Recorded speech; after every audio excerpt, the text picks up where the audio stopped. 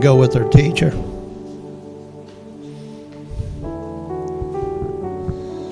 It is great this morning to have Jack and Janine Swanson all the way from Chile. 32 years that they've been there.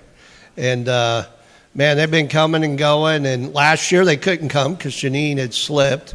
Jack pushed her and broke her arm. If you all remember, they were scheduled to come in last year. So just thank you so much for being here, just your love for the Lord, the work that's going on in Chile. Do want to take a quick second. Roger Carr is here from Aiken this morning, him and Sandra. And if you know, he's the associate minister over at Aiken, but Roger's also involved with CRAM. Both of you guys met, coincidentally, that's how God works, at the ICOM, the International Convention of Missionaries, right? Is that what it's called? Conference, not commission. Okay, conference. All right. But anyhow, give it to the preacher. He'll mess it up every time, Janine. But it is great. But Roger, if you all remember, I think he was here last November speaking at CRAM, Christ Reaching Asia Minor and stuff. He's about to take off to Vietnam and Cambodia.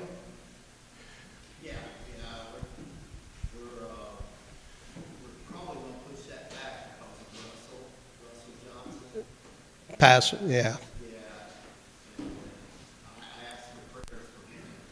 Okay. All right. Well, with that, we'll just turn this thing over to Jack and Janine, and they can tell you all about Chile and the work that's going on there. I do encourage you to go to their booth in the back, sign up. I guarantee you that you'll get a newsletter every month from them. If you put your email on there, a lot of people go, well, what can I do? Get their newsletter, be praying for the work that's being done in Chile, because it's amazing. I spoke to Janine earlier. I said, sometimes people just don't get it. Sometimes we got to help those that we'll never see on this side of eternity. So it's very special. Thank you all you were in California, then what? North Carolina, and then the ICOM. And when they leave here this morning, they got to go to northern Indiana, where it's absolutely horrible and snowing. So, and they got to spend a day or so down in Charleston, so that was good. But they've been all over the U.S. traveling. That's what they do. And then when you heading back, the end of January or middle of January, you're heading back to Chile. With that, my brother and sister, Janine and Jack Swanson.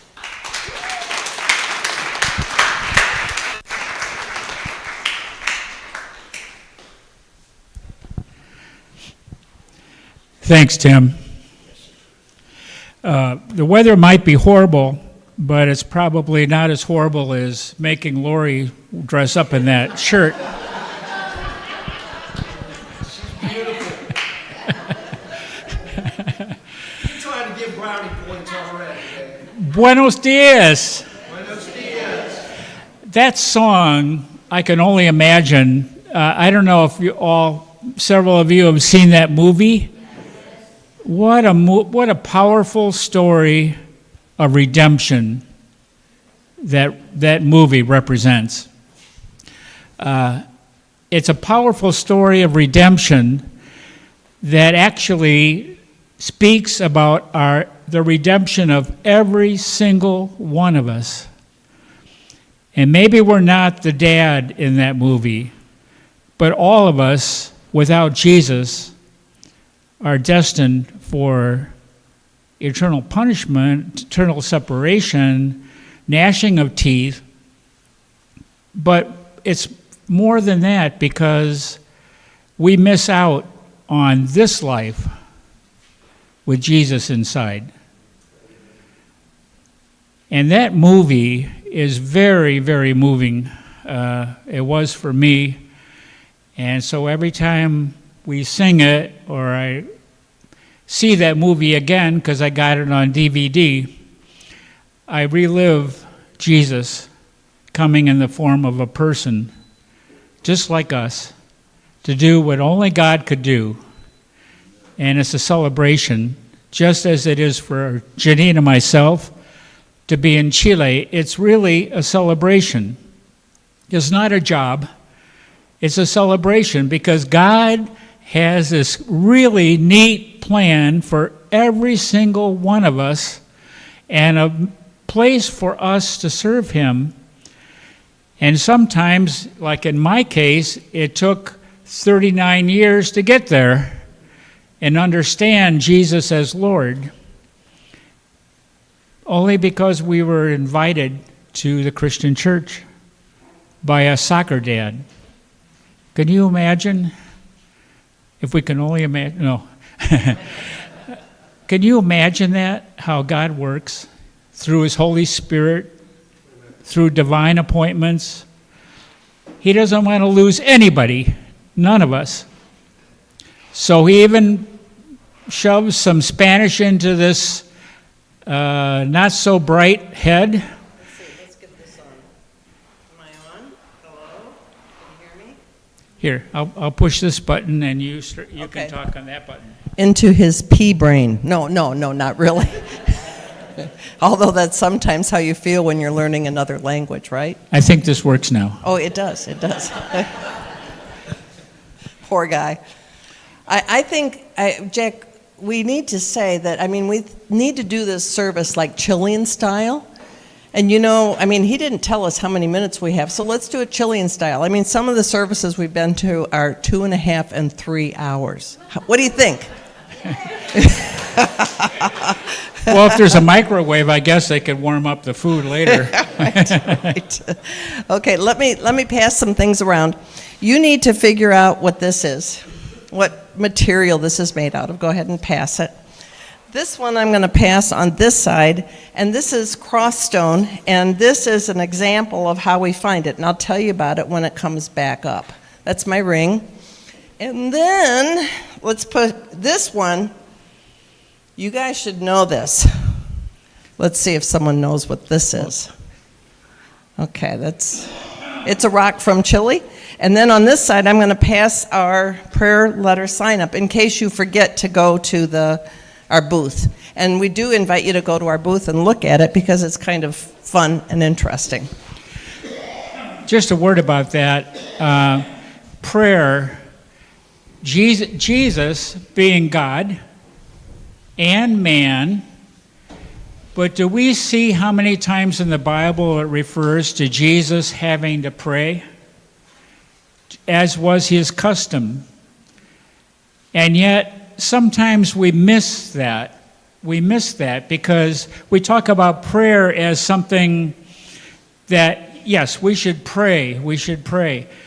But Jesus was in prayer. It was in him. And if he needed that to complete his mission, what does that say about us? Prayer is our bread and butter. I happen to be a prayer warrior. And as Janine mentioned, we send out at the beginning of every month a link. It's an email link. And so you click on it, and I just sent out December's. So you can click on that link, and then you find yourself in our prayer letter. So it's the new prayer needs, and it's also the praise and the gratitude for answered prayer. And we put pictures in there, and so it's usually about a page, a little bit more when you click on it. But we value your prayers. We need each other's prayers, don't we? And so that's why we pass around that sheet. Okay, needless to say, if you guys look back 33 years is actually when we left and went to Costa Rica and tried to learn the language. Maria even has a street named after her. She's probably got a few of them. In any case, that was 1992. Think back to the early 90s. What do we have? How has this changed in our lives? Who's got some ideas? Think about that.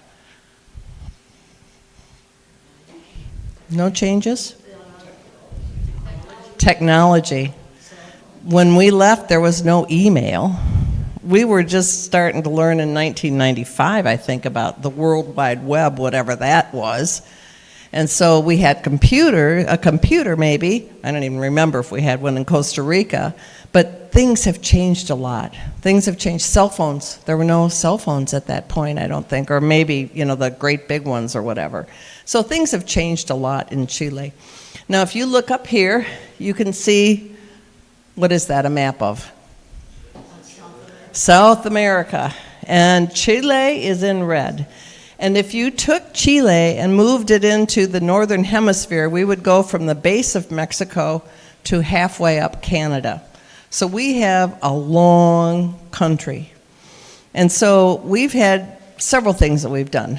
We've had lots of ups, and we've had lots of downs. Maybe they could put the first picture up here. Have you guys got that? There we go. That's us at the beginning. And you guys were not on. When did you guys start supporting us? 12, 14 years ago. Okay. Oh, we got those really cool blankets. Stephen made They're in Spanish and English, Yes. and it's for babies. Yep. And it's God loves you, and we give them out to people we know they have babies, and so that continues to live on as a testimony to the Lord. Well, in that, we visited someone who had come down. They were looking to do ministry in Chile, and their son was a year old. He was diagnosed después. He was diagnosed afterward with autism, and they didn't come. And we gave them a blanket, and we were at their house in Knoxville, and guess what? That blanket was there, and it brought back some really neat memories. Anyways, that's us when we left. Our oldest son, Jonathan, he's now 47. There he was probably 13. And then it goes down. Jordan's our only girl. She was 9 when we left. Julian was 6, and Jamie was 2. And so that's them then. And of course, we look younger now, right? Go ahead to the next picture. And that's us now. Now, we're up in the back. This was taken in Flagstaff. I haven't told you about Flagstaff. Remind me about that afterward, and I can tell you too about. Did I tell you about Flagstaff? No. Yeah, but for ministers and people in ministry, it's really neat. Anyways, that's my brother and his wife. He was diagnosed with stage 4 prostate cancer last year. He's now been declared that he's doing fine, no sign of any more metastasis. And so we included him in our family picture. Jack and I are on the back. Jonathan's next to us with his family. They're all in the back. He has 2 kids in college. Then we have Jordan down in the front. She's got 4. Well, Jonathan works for the Orange County Board of Education, uses a lot of Spanish in his work. Jordan she's a mother of 4, and she says that she's an Uber driver for her kids. Can anyone identify with that? and her husband works. Next, we have Julian on the far left at the bottom. And he's a doctor. He's in Houston. Jordan and Jonathan both live in L.A. And he has 2. There's only one there. The other one came afterward.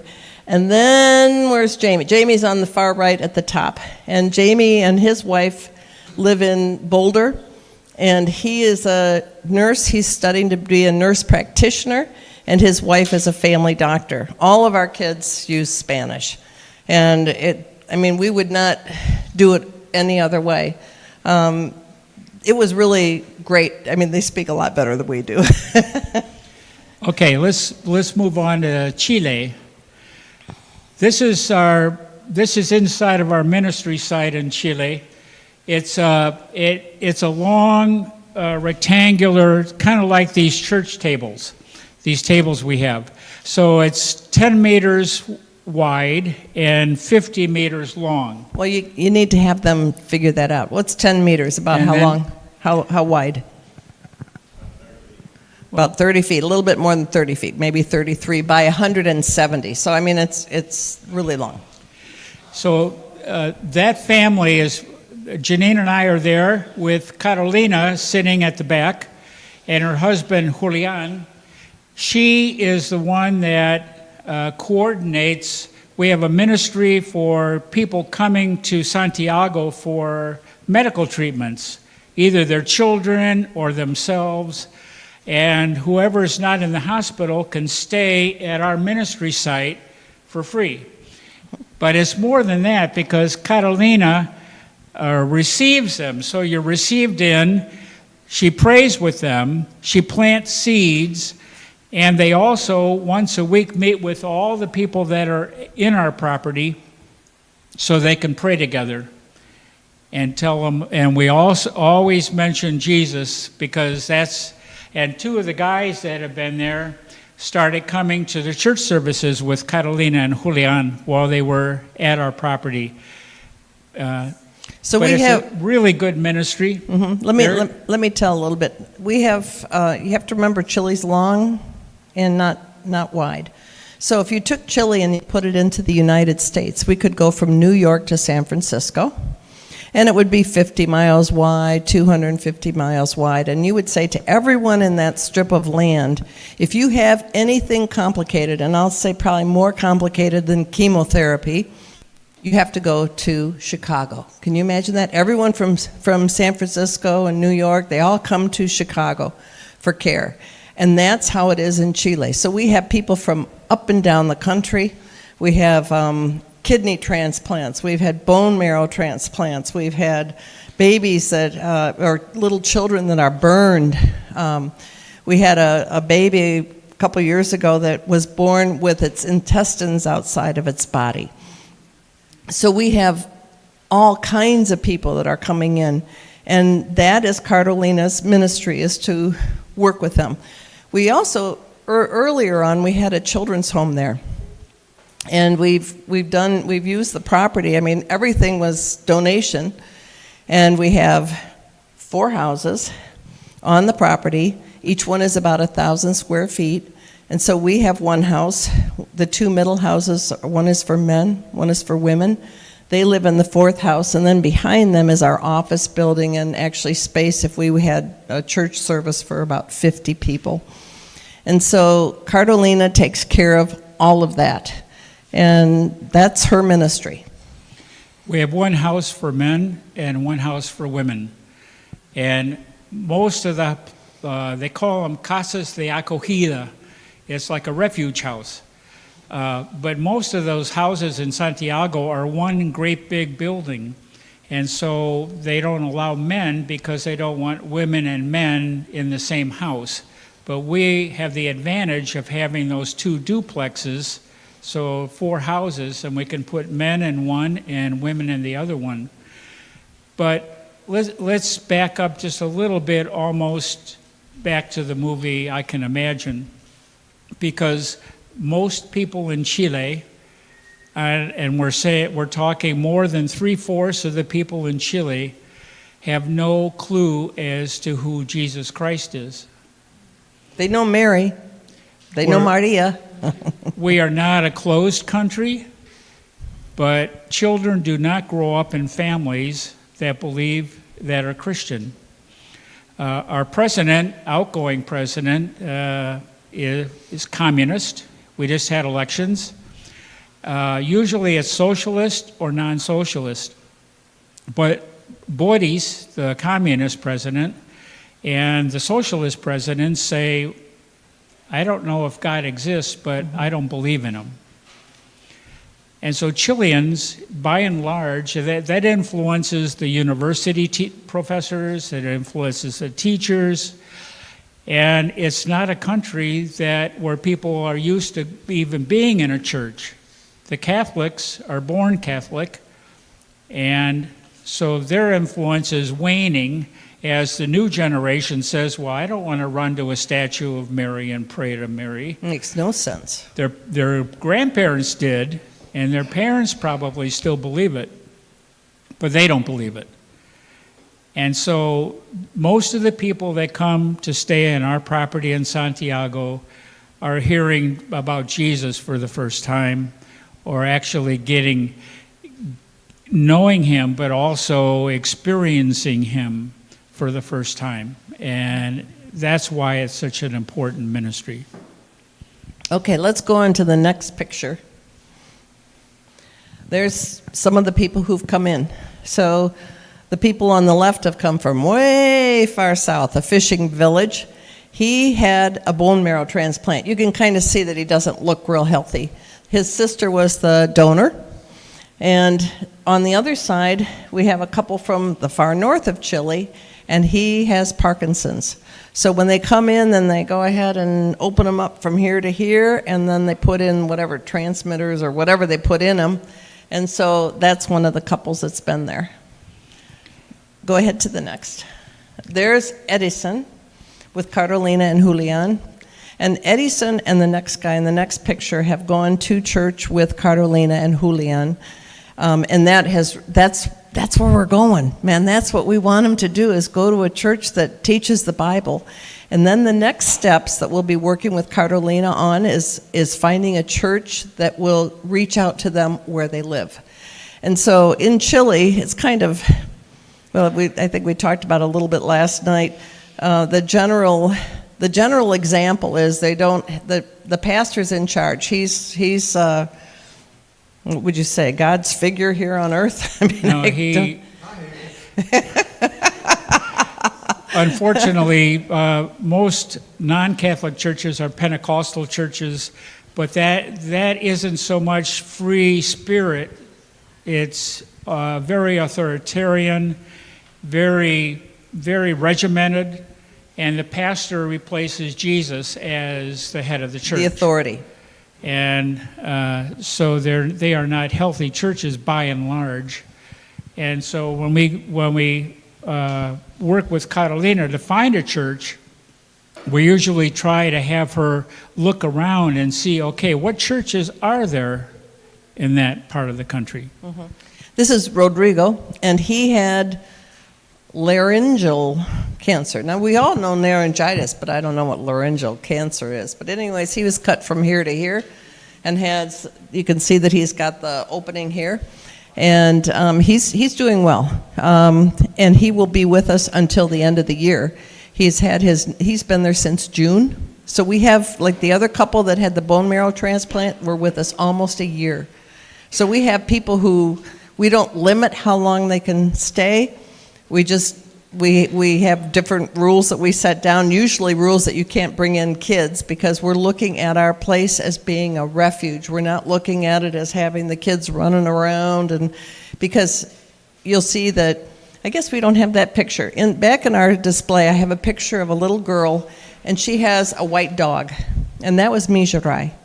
And she's the one who started the idea for this, because she got bone cancer. She was like 11 years old and had been in our children's home, which we had here previously. And she had gone to live in the north of Chile with relatives and would come into Santiago, of course, for any treatment. So, I mean, it was a long haul. I mean, she had surgery to remove the tumor, and then she got, she was going to die. And so then she had necrosis in her toes, so they had to cut off her toes. Then they found the tumor again, and they cut off her leg. And eventually she died. She was 15 years old. And so I did a lot of the care for her because we were kind of in between ministries. And I saw how horrible it was to go to these hospitals. I had doctors that were really nice, and I had doctors that were really nasty to me, like, who are you? What are you doing here? And it's like, I mean, she's a ward of the state, but that's how things are in Chile. So I saw, when I came home at night, I just sat and I collapsed in a chair. I'd be gone all day. He would drop us off at the metro with her wheelchair, and we'd tool around, and I'd get home, and I would just sit because I was so exhausted from being at the hospital. So we know what it's like. I mean, some of you I'm sure have experienced this too. It's hard. And so our place is a refuge for people to come home to. Okay, let's go on to the next one. Here we have a picture of, now we're going to move down to the camp property. In the middle of the country, roughly 6 hours south of Santiago, is a property that God opened up and provided for us to buy in order to have a Christian camp in Chile. And Christian camps are far far and, what is it? Far and wide, not Far there. and removed, I don't know, not very common. So it's not like Edison or the other Christian camps that are all over the United States. There, they don't have Christian camps, by and large. And so we have this property in the middle of the country, and that is Abraham on the bottom left. His wife, Catalina, is on the top right with Abril, which is Spanish for April. And their son, Facundo, he just turned 2 years old in that picture. But Facundo means either talks a lot or is eloquent in speech. And he's both. So they're going to have their hands full. And then Don, behind Facundo, is our U.S. Chile mission partner, Don, and he handles, when you send a check, he handles all the deposits, but he also is a team member. We're all part of the board together. And then, so he's a retired electrician, and he came to run some electricity up to one of the developments we were doing at the camp. And Rick is another friend that's on my side, my other side there. And he's come twice. Don has come a couple times too. Don's wonderful. And now this Christian camp, the property that we bought, this was right after our earthquake, which was in 2010. And we were both there for this. And Jack, it was 7.5, I think, by where we were at. And after the earthquake, Jack got a feeling that God was calling us to set up a Christian camp. Now, he was only 62. I don't know where he got that idea, but so we finally found the property 5 years ago. So you were at 72, and we bought the property. And we had the money. We had the money to go ahead and buy it because we had started sacking away all of our money toward the Christian camp, and so we had enough to buy it at that point. That's it. We have 90 acres. And so this is up on a hill, and it's looking down. Where you see the green hill in the background, that's another property. But all that is our property. We want to dig a lake there. On top of the hill, we want to have an open-air chapel. What exists right now is a house, and it's a small, 600-700 square foot, 3-bedroom house.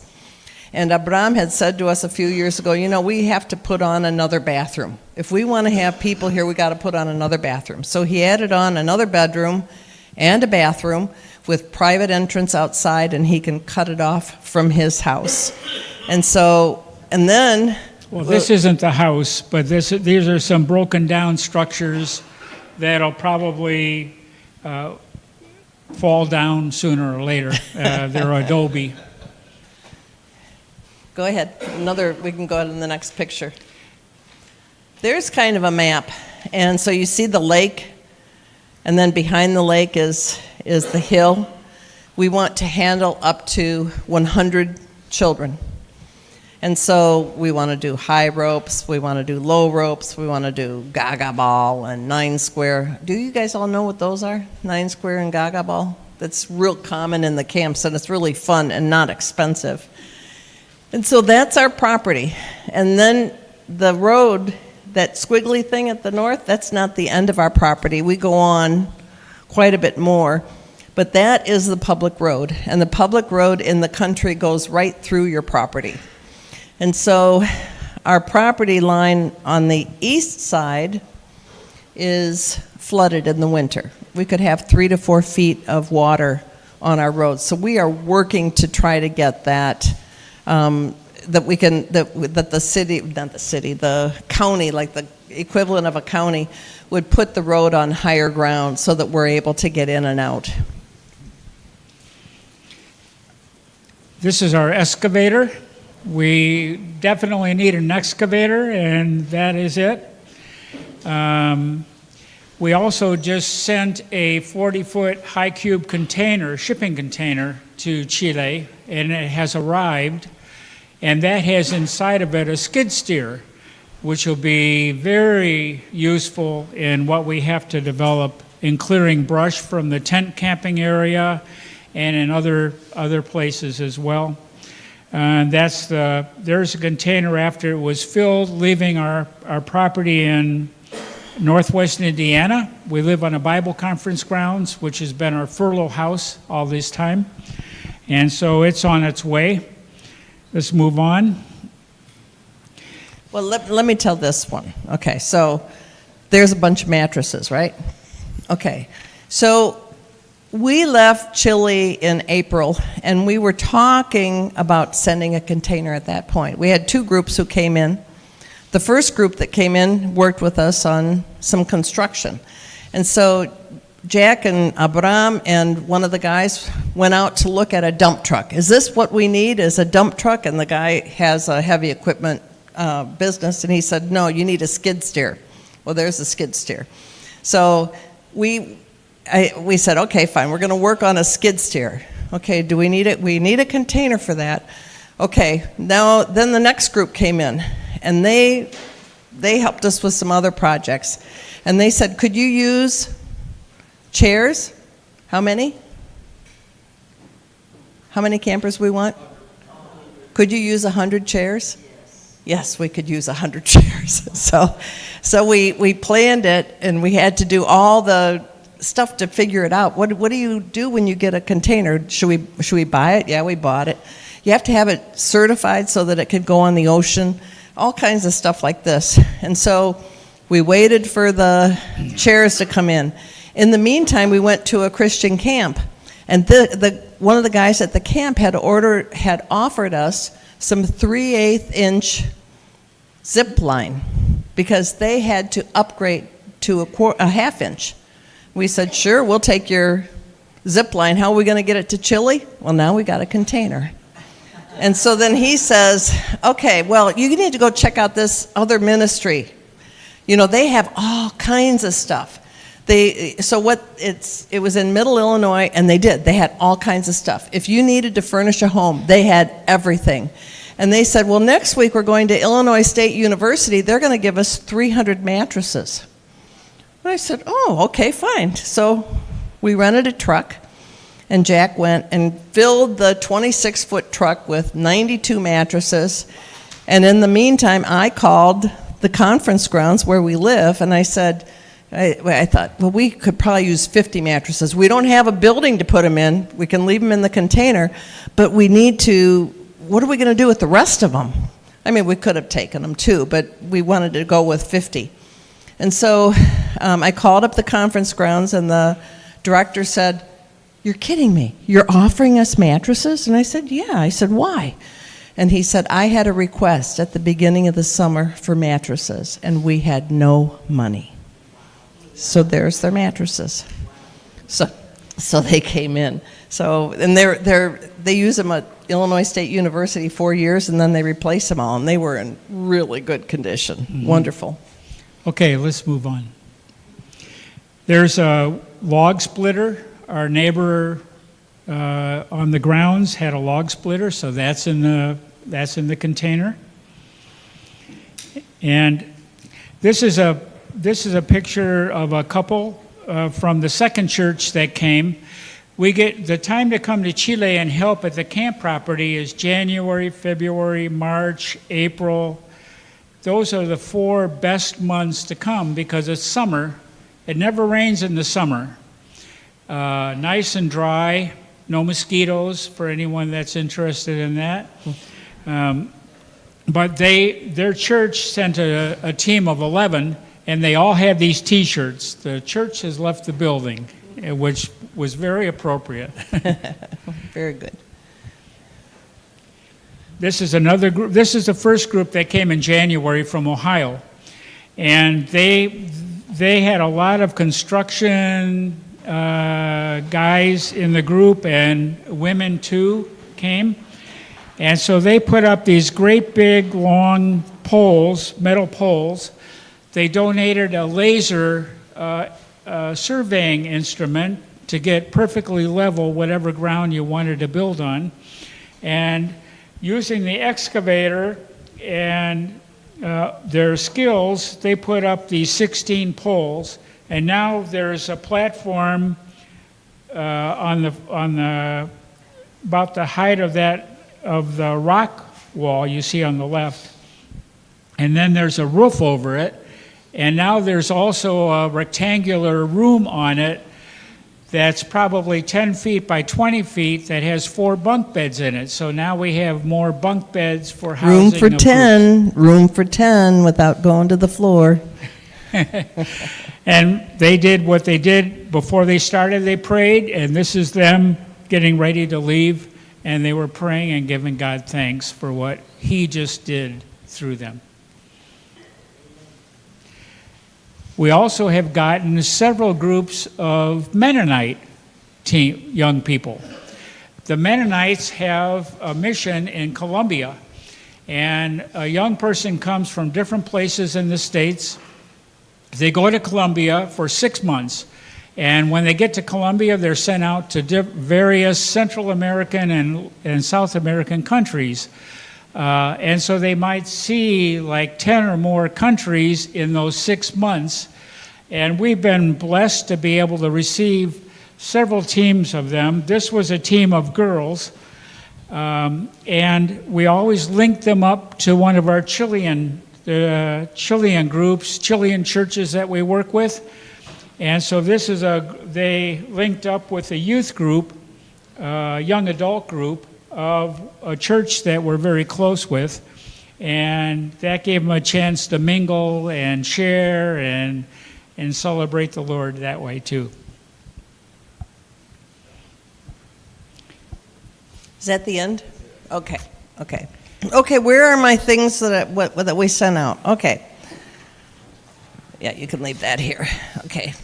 Okay, this is a cross stone, and it's one of my places one of my favorite places to go in Chile, and this is how it originally occurs. And so I go into a river that's about ankle deep, freezing cold, and you stand downstream and you let the water come and you look for the crosses in the water.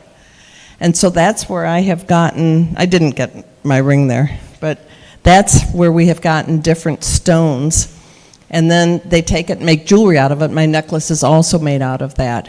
And so that's a cross stone. I have never heard of them anywhere else in the world. Okay, we've got 2 things here. Who knows what this is? What material is that? What? Nope. Comes from an animal. Comes from an animal. Horsehair. Horse tails. And so this is all woven from horse tails. Okay, now this is the cream of the crop. Who knows what this is? These young guys know this. Do you know this from a game? That's where someone else knew it. How do you know it? You learn about rocks. Who else knew this? How did you know it?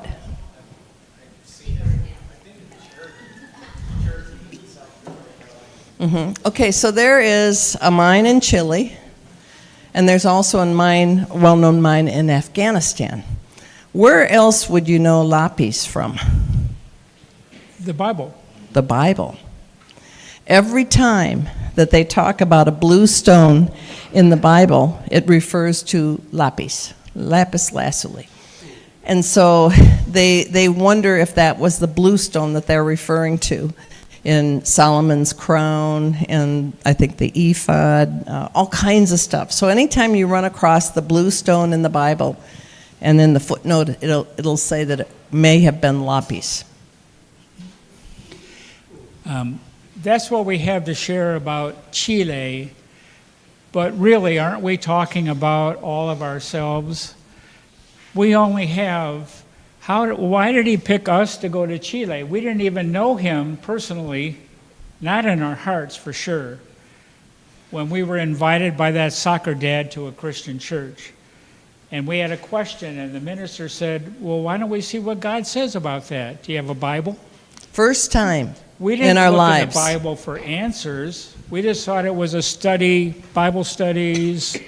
You just memorize it, you learn it up here.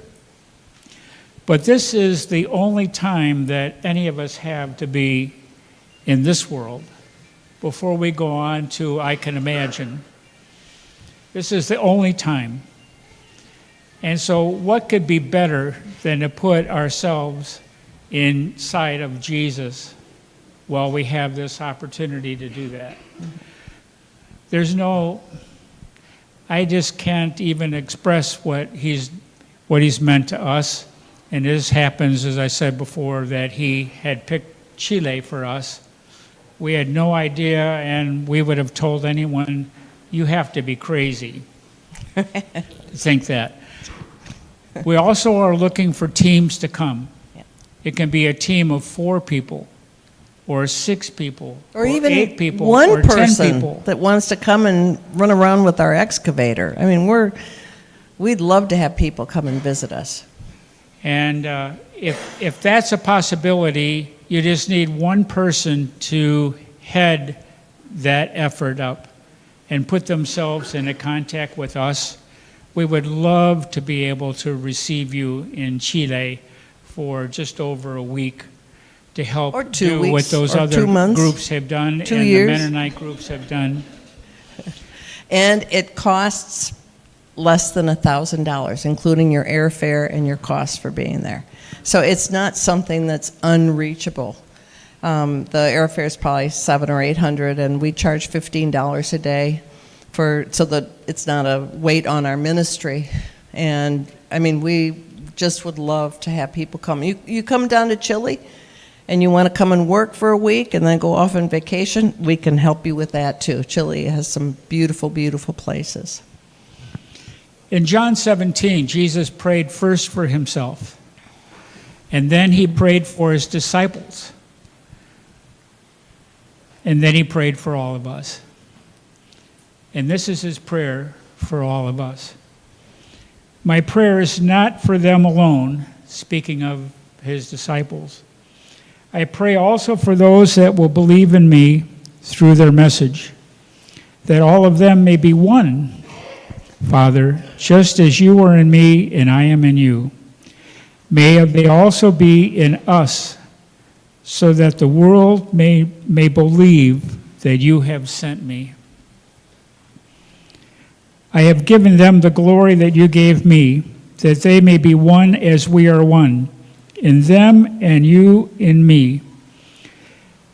May they be brought to complete unity, to let the world know that you have sent me and have loved them even as you have loved me. Father, I want those you have given me to be with, and then he goes on more back to his disciples. Him and us, and we and him, and us in one. What could be better than that? That's the cream on the cake, the torta. as Jeff gives his dog whipped cream when he eats his food. That's the whipped cream on the food. There couldn't be anything better than that. We thank you for your prayers and financial support, and as we all go forward again, and we hope to see you in Chile, and we'll look forward to the next time we have to be with you as well. God bless you all. Hey, Jack, can you ask anybody if they got questions? Yeah. Any questions? Does anyone have a question?